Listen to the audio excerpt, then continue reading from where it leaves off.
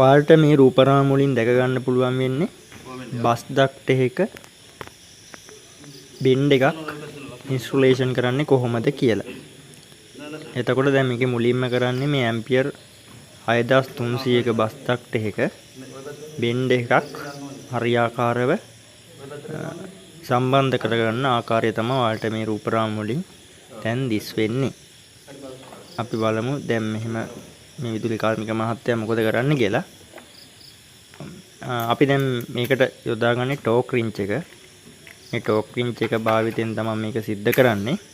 මේ ටෝක් රින්ච් එක ඉස්සෙල්ලා දැන් මෙතන මෙයාලා මේ ජොයින්ට් එක සම්බන්ධ කරන්න මේක ඉස්සෙල්ලා බුරුල් කරගන්නවා. ටෝක් රින්ච් එක භාවිතයෙන්. මෙතන තියෙනවා බෝල්ට් 6ක ප්‍රමාණයක්. මේ බෙන්ඩ් එකයි යට කොටසයි සම්බන්ධ වෙන්න. දැන් මෙයා මෙතන මේ ක්‍රමානුකූලව ඒක බුරුල් කරන ආකාරය තමයි අපිට පේන්නේ. දැන් මේක ප්‍රී කැරගෙනවා.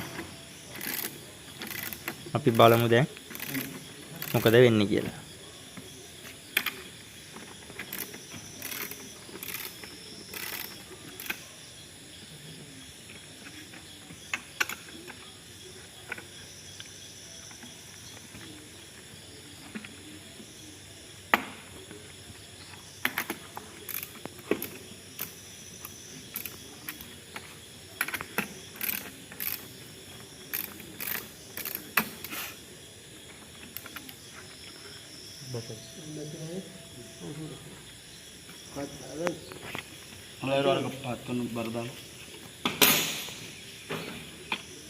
දැන් බලන්න දෙපසින් සාමාන්‍ය ලෙස ලිහිල් කරපුවම මේක හරියටම මේ වැටුණා.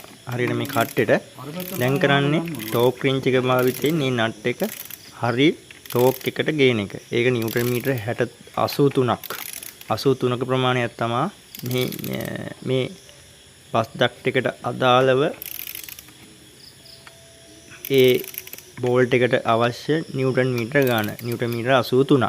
මේ 83ට ටෝක් රින්ච් එක අපි හදලා ඒ අනුව තමයි දැන් ඔය නිදහසේ කරකවන්නේ. ඔයාලට දන්නවා ටෝක් රින්ච් එකෙන් කරකවන යද්දි අවසානට සාමාන්‍ය දුරට කැරගිලා අවසානට ටක් ගාලා සද්දයක් එනවා. ඒ සද්දෙත් එක්ක තමයි නිව්ටන් මීටර 83ට ඇවිල්ලා කියලා අපි වටහා ගන්නෙ.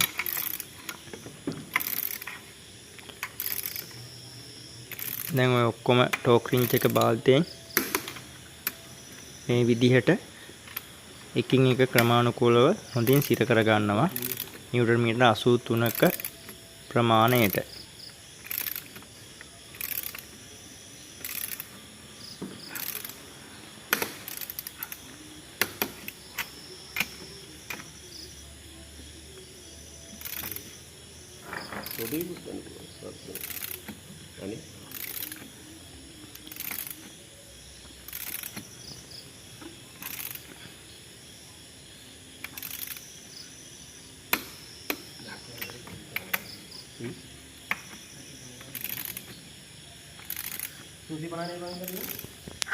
ක්‍රමානුකූලව මේ බෝල්ට් 6ම අපි සිර කරගත්තට පස්සේ මේ ආකාරයට උඩ තියෙනවා තව කප් එකක්. ඒ කප් එක අපි වලින් ආවරණය කරගෙන ඒක වහ ගන්න ඕන. ඒක වහන එක තමයි දැන් ඔය සිද්ධ කරන්නේ. මේකත් නිව්ටන් මීටර 40කින් ටෝක් කරන්න ඕනේ අපි. මේ විදිහට තමයි බස් ඩක්ට් එක ටෝක් කිරීම සිද්ධ කරන්නේ. අපි ඊළඟ වීඩියෝ එකත් එක්ක හම්බෙමු. අපිව සබ්ස්ක්‍රයිබ් කරලා තියාගන්න.